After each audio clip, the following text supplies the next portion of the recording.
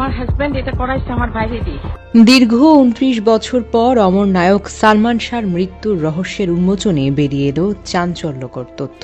সালমান শাহ আত্মহত্যা করেননি, বরং তার নিজের শাশুড়ি ১২ লাখ টাকার চুক্তিতে হত্যা করিয়েছেন কোটি ভক্তের নায়ককে। সালমান শাহর মৃত্যু ছিল এক নির্মম পরিকল্পিত হত্যাযজ্ঞ, যেখানে প্রতিটি পদক্ষেপ ছিল অপরাধমূলক এবং নিষ্ঠুর। ১৯৯৭ সালে ১১ নম্বর আসামি রেজবি আহমেদ ফরহাদ যে জবানবন্দি দিয়েছিলেন, সেটি আদালতে দাখিল হয়ে বিষয়গুলো নতুন আকার দিয়েছে।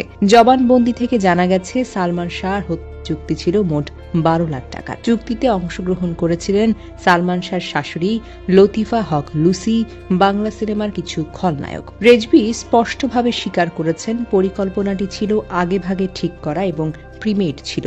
রেজবি বলছে, পরিকল্পনার অংশ হিসেবে প্রথমেই নির্দিষ্ট করে রাখা হয়েছিল টাকা পরিশোধনের ধাপ।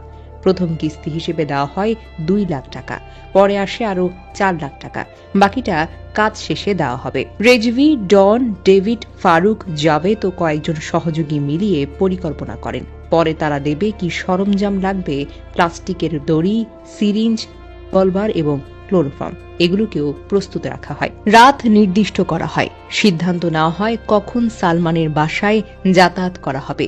রেজবি নিজে ওই রাতটায় উপস্থিত ছিলেন এবং জবানবন্দিতে সে জানায় কি ভূমিকা পালন করছিল।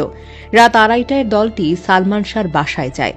সামিরা ক্লোরোফর্ম ব্যবহার করে সালমানকে প্রথমে বেহুশ করার কাজটি করেন এবং বাকি কাজ ধাপে ধাপে করা হয়। রেজবি এবং অন্যান্য সহযোগীরা তখন ঘরের মধ্যেই উপস্থিত ছিলেন। জ্ঞান ফিরলে ধস্তাধস্তি শুরু হয়, পরিস্থিতি আরও খারাপ হয়।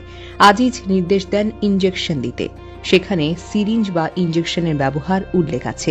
রেজবি জানিয়েছে এই পর্যায়ে তা কার্যকর হয়। পরবর্তী পদক্ষেপ ছিল ঘটনাকে আত্মহত্যা হিসেবে সাজানো। সিলিং ফ্যানে দেওয়ার মতো দৃশ্য সৃষ্টি করা হয়েছে।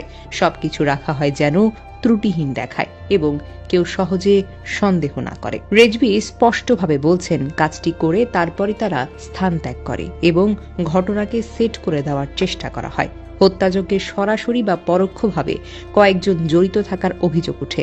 উল্লেখিতরা হলেন সামিরা হক প্রধান আসামি, লতিফা হক লুসি, রুবি এবং কয়েকজন খলনায়ক ও সহযোগী। রেজবি নিজে ১১ নম্বর আসামি হিসেবে জড়িত।